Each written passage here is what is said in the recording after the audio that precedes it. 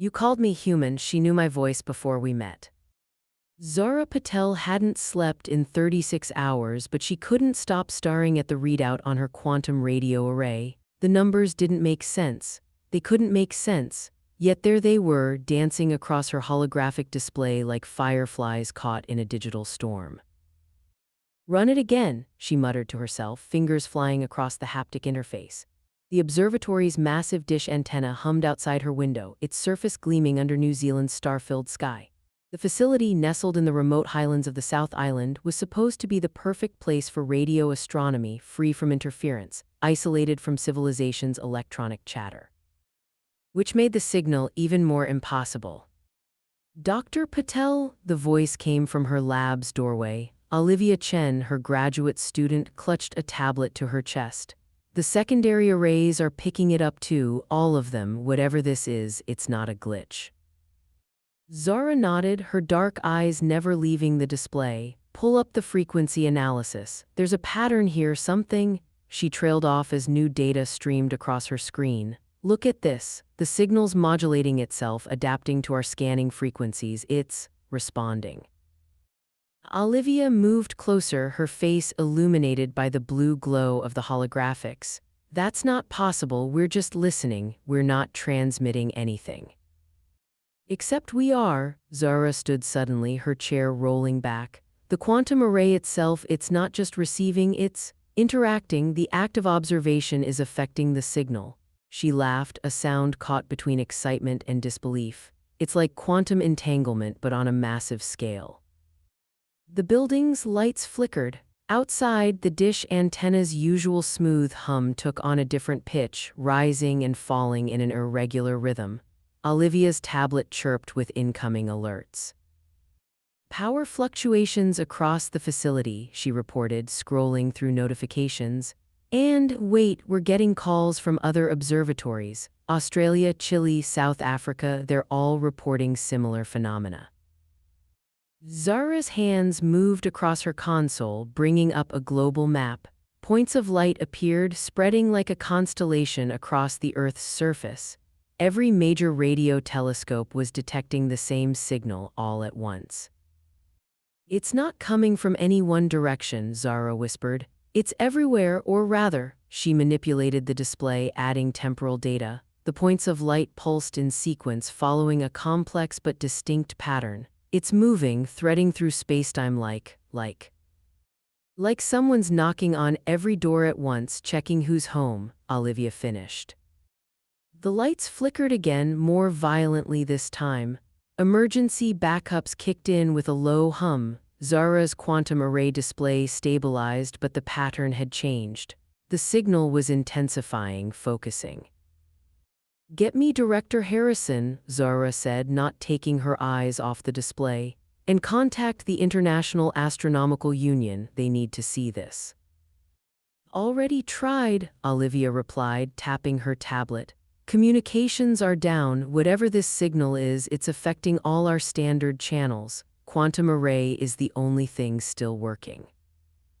Zara took a deep breath, her mind racing through implications. 6 years of research into quantum radio technology, trying to push the boundaries of how humanity could listen to the cosmos. She'd expected to maybe detect some new astronomical phenomena, perhaps gather better data on distant galaxies. Instead, she'd built something that could hear what no one else could, and now something out there was hearing them back. The pattern on her display shifted again, crystallizing into distinct pulses. Not random noise, not natural phenomena, information. The quantum array's AI began attempting to decode it, finding structure, repetition, mathematics. It's a language, Zara breathed. Olivia, are you seeing this? They're trying to talk to us. The building shuddered. Every electronic device in the lab came alive at once, screens flickering with the same pattern, speakers humming with a tone that made Zara's teeth ache.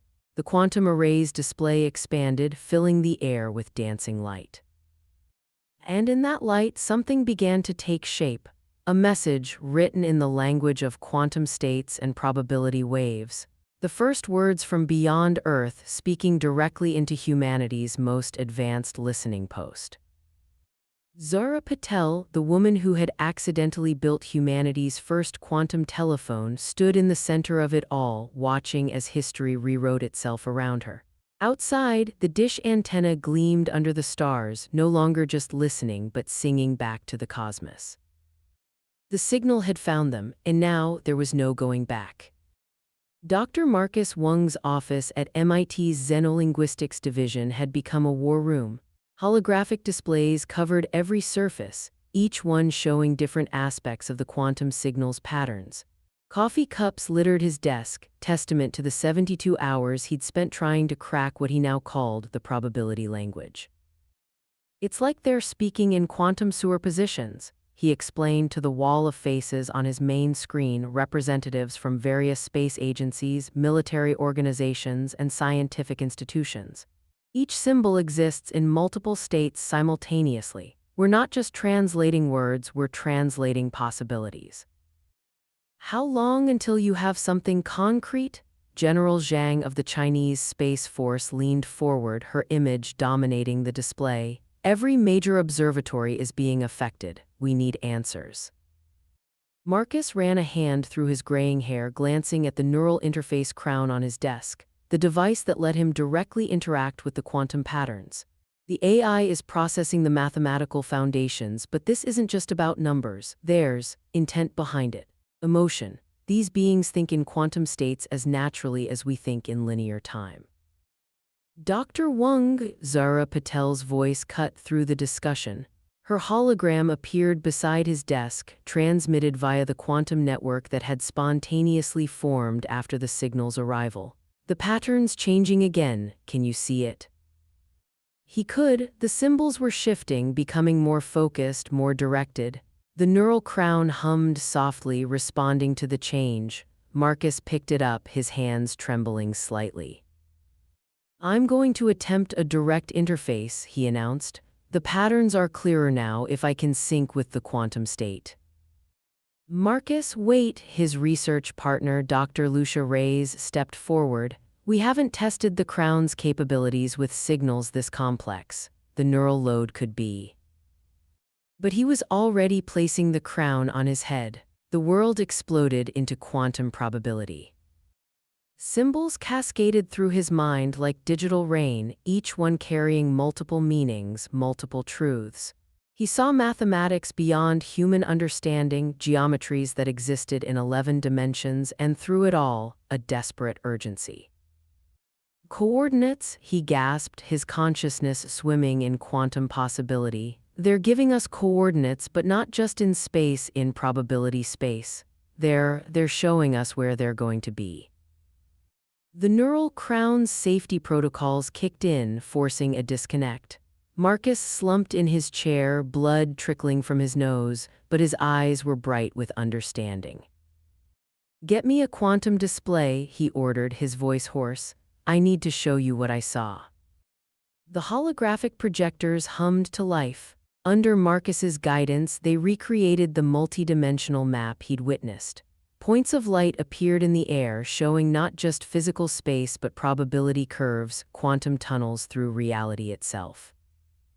"Here," he pointed to a nexus of intersecting lines. "This is where they'll emerge in 11 days when the quantum states align, but that's not all." His hand trembled as he highlighted another pattern.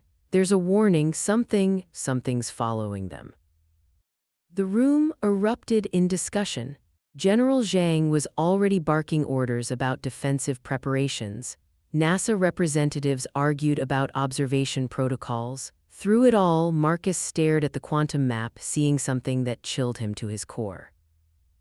"The way they travel," he muttered, mostly to himself, "they don't just move through space, they move through probability itself. They collapse quantum waves to create their path, and whatever's chasing them, it's eating those probabilities, consuming possible futures." Zara's hologram flickered closer. "Can you tell what they want from us?"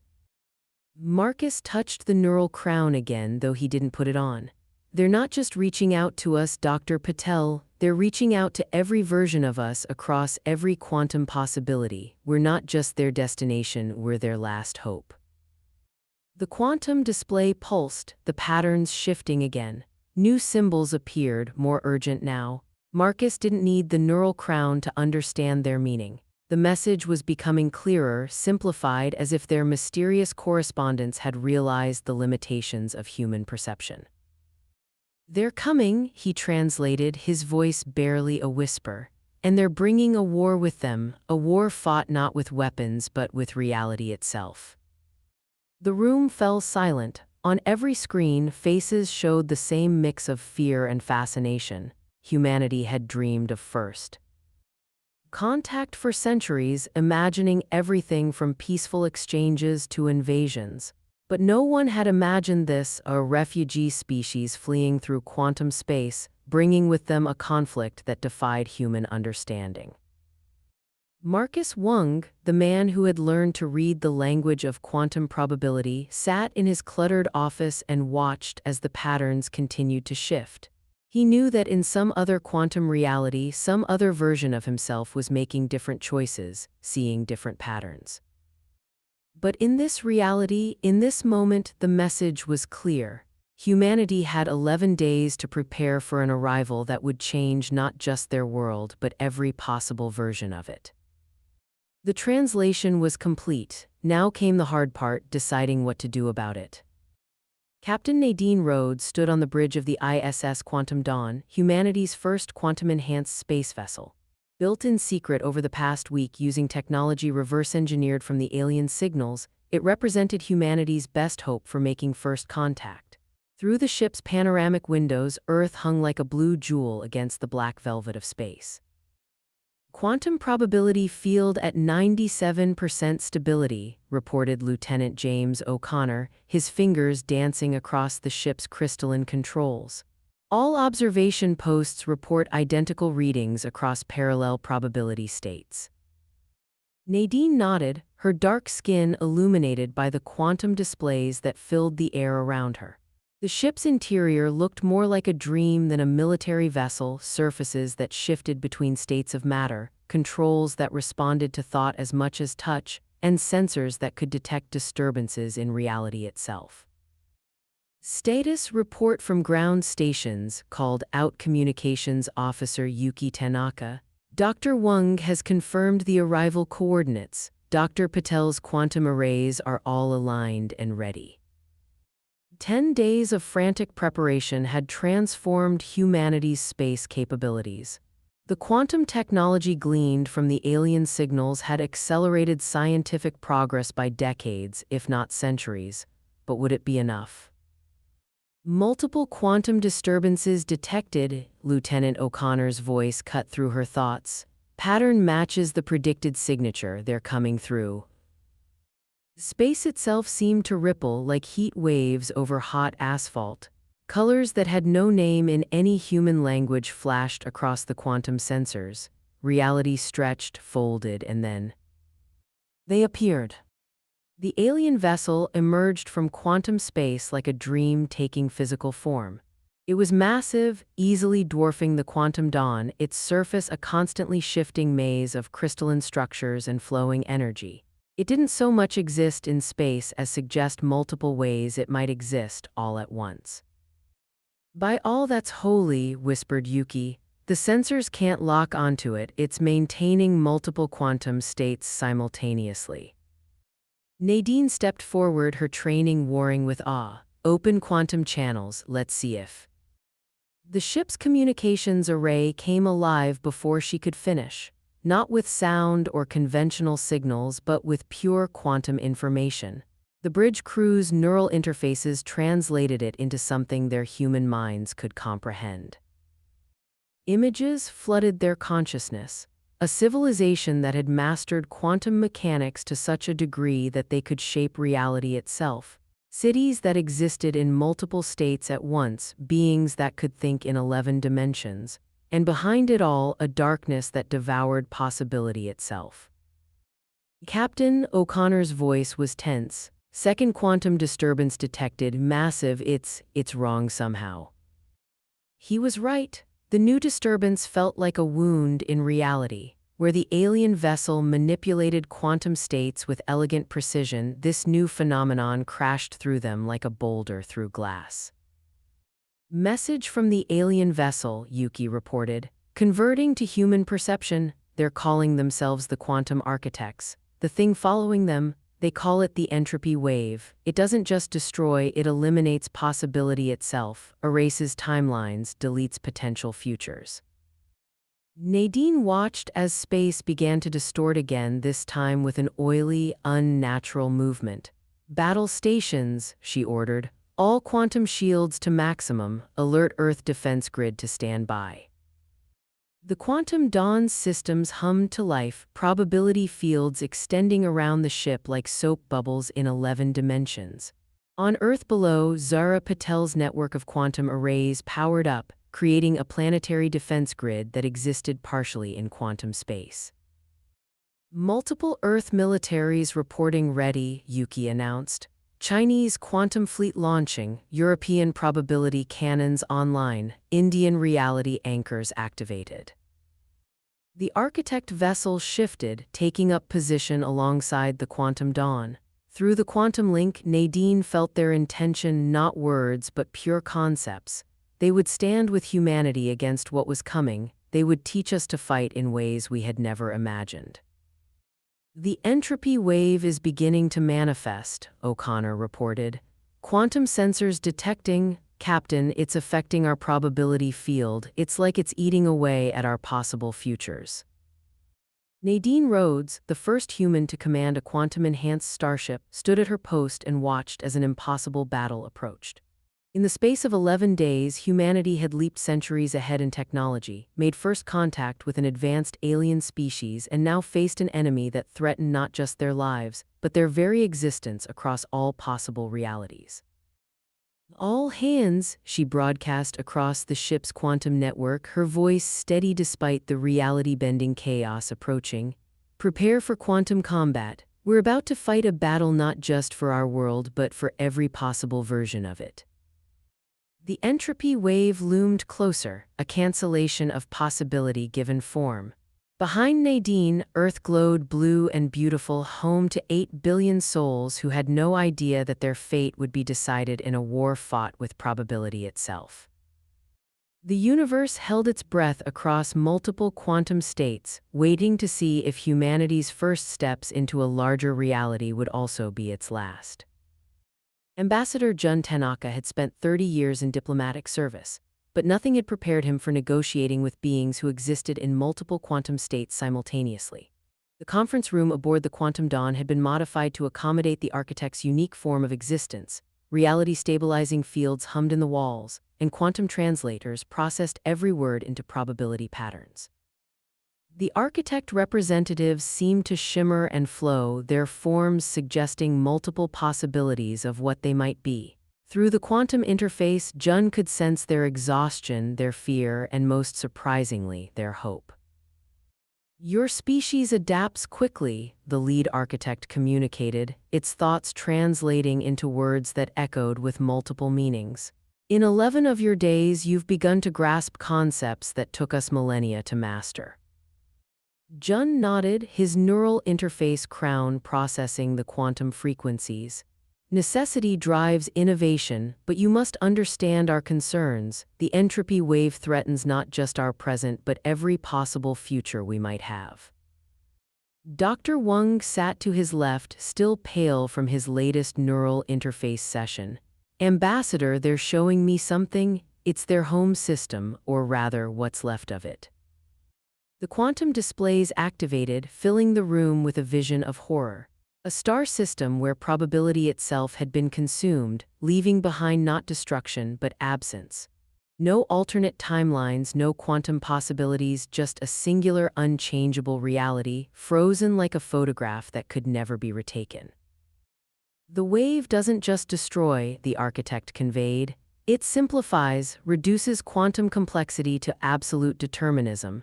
Imagine a universe where only one possibility can ever exist. No choice, no change, no hope.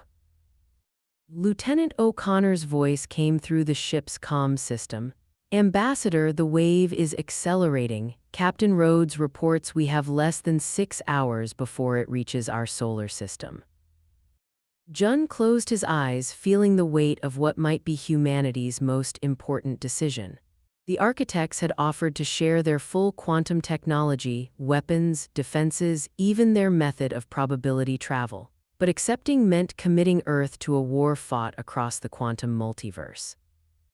"Show me," he said finally, "show me everything, what this war really means, what we're truly facing." The architect's response came not in words or images but in pure quantum information. Jun's neural interface struggled to translate it into human understanding, but what he saw staggered him. A war fought not just across space but across possibility itself. Weapons that didn't destroy but erased timelines.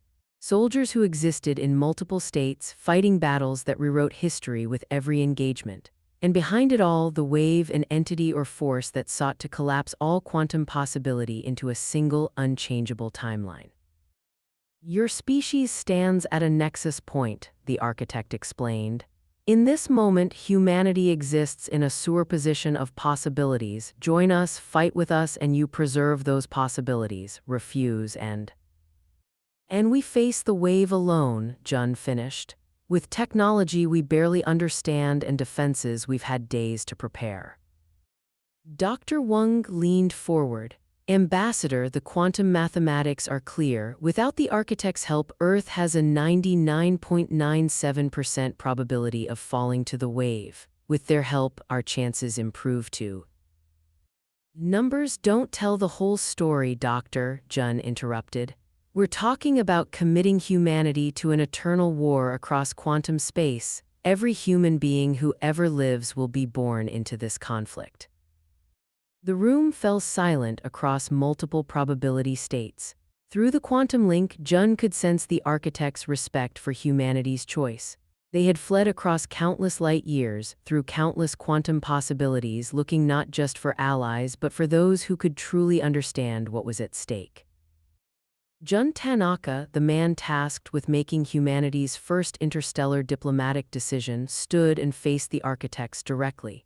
"Before I give Earth's answer, I need to know one thing. In all the quantum possibilities you can see, in all the timelines you can access, is there one where we win this war, where we defeat the wave?" The architect's response came in a surge of quantum data that made the neural interface crowns spark. Jun gasped as he saw it, a cascade of possibilities, each one showing a different path, a different future. And yes, there were victories, hard-won, costly, but real. "Time for decision, Ambassador," Lieutenant O'Connor's voice came through again, wave approaching critical distance. Jun took a deep breath, straightened his jacket, and prepared to give the answer that would reshape human destiny across all possible futures. The quantum displays pulsed, ready to transmit humanity's choice to every waiting ship, every defensive station, every quantum array on Earth below. In this moment, Jun Tanaka held all human possibility in the balance, and like Schrödinger's famous cat, everything hung in superposition, waiting for the wave function to collapse. "Yes," Ambassador Tanaka's voice echoed across quantum space, carried by Zara Patel's worldwide array network. "Humanity chooses to fight." The response rippled through reality itself. On the bridge of the quantum dawn, Captain Rhodes watched as probability fields shifted, futures realigning around humanity's decision. The architect vessel pulsed with new energy, quantum technology already beginning to flow through the hastily established links. "Multiple quantum transfers initiating," Lieutenant O'Connor reported. "Architect combat systems coming online." Dr. Wang reports neural interface upgrades are transmitting planet-wide. Nadine felt the changes through her own neural crown, new understanding flooding in, combat techniques that existed in 11 dimensions, strategies that rewrote probability itself. Status of the wave. 4 hours to contact, but O'Connor paused, checking his quantum readings. "Something's different. The wave is adapting like it knows we've made our choice." In her New Zealand facility, Zara Patel worked frantically to integrate the architect technology with Earth's quantum array network. Her hands flew across holographic controls as she spoke through the quantum link. The wave isn't just approaching, it's trying to collapse our probability shield before we can fully deploy it. Then we don't wait, Nadine decided. Dr. Wang, are the quantum weapons online?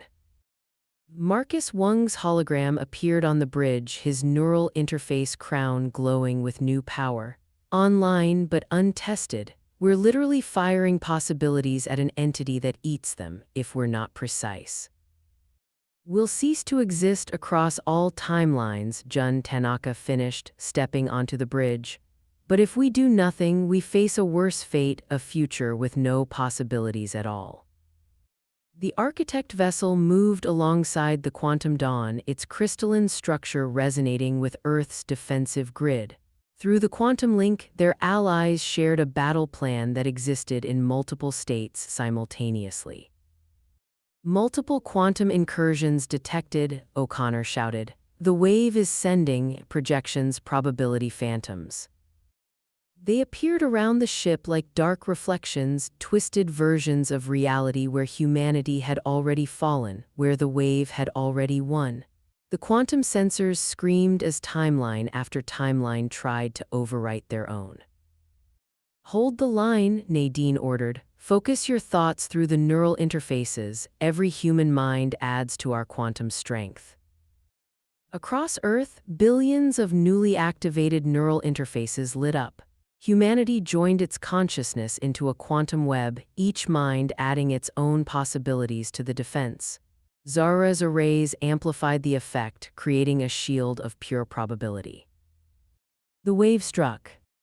Reality shuddered, timelines collapsed and reformed. Through her neural interface, Nadine saw possibilities die by the millions, futures erased, pasts rewritten, presents twisted into unrecognizable shapes. But humanity held. Quantum weapons charged, Wang reported. Firing solutions exist across multiple probability states. The architects are moving into position, Jun added. They're creating a resonance cascade. Nadine felt it all through her quantum link, humanity's fear, determination, and hope combining with the architect's ancient knowledge. Fire everything, all possibilities, all timelines. The quantum dawn's weapons released their power. Not energy or matter, but pure possibility, concentrated quantum potential that existed in every state until it hit its target. The architects fired in perfect synchronization, their weapons designed to amplify human ingenuity. The wave buckled. It's working, Zara's voice came through the quantum link. The wave's coherence is destabilizing. It can't maintain quantum collapse across multiple fronts. Where the wave had been a singular, destroying force, now it began to fragment. Humanity's weapons forced it to exist in multiple states, each one weaker than the unified whole. The architect's technology turned its own nature against it. The more it tried to simplify reality, the more complex they made it. Push the advantage, Nadine commanded. Every ship, every array, every mind, give it more possibilities than it can consume. The battle raged across quantum space. On Earth, billions of humans felt the conflict through their neural interfaces, each contributing their own dreams and possibilities to the defense. The wave thrashed, trying to find a single timeline it could grip and collapse. But humanity, in its beautiful chaos, refused to be simplified. The wave's final dissolution came not with a bang but with an expansion, its singular purpose shattered across infinite possibilities, each one too weak to threaten even a single timeline. In the aftermath, the Quantum Dawn's bridge crew stood in exhausted triumph. Through the quantum link, they felt Earth's celebration across multiple probability states. The architect vessel pulsed with what they now recognized as joy. We won, Jun said simply, but this was only the first battle, wasn't it?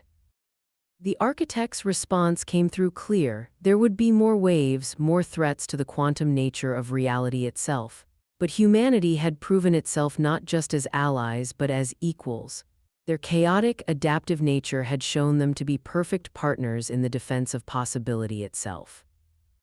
1 month later, Zara Patel stood in her observatory, watching her quantum arrays dance with new purpose.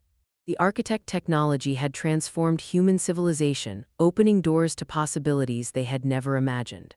Through the quantum link, she felt humanity's expansion into their new role, defenders of probability, protectors of possibility itself. The signal that had started it all still echoed through her arrays, but now she understood its true meaning. It hadn't just been a call for help or a warning. It had been an invitation to join something greater than themselves, to become part of a quantum alliance that spanned not just space, but possibility itself. Humanity had answered, and in doing so they had secured not just their future, but every possible future they might have. The stars shimmered with new meaning, each one holding countless quantum possibilities, and humanity, led by their unlikely team of pioneers, stood ready to defend them all.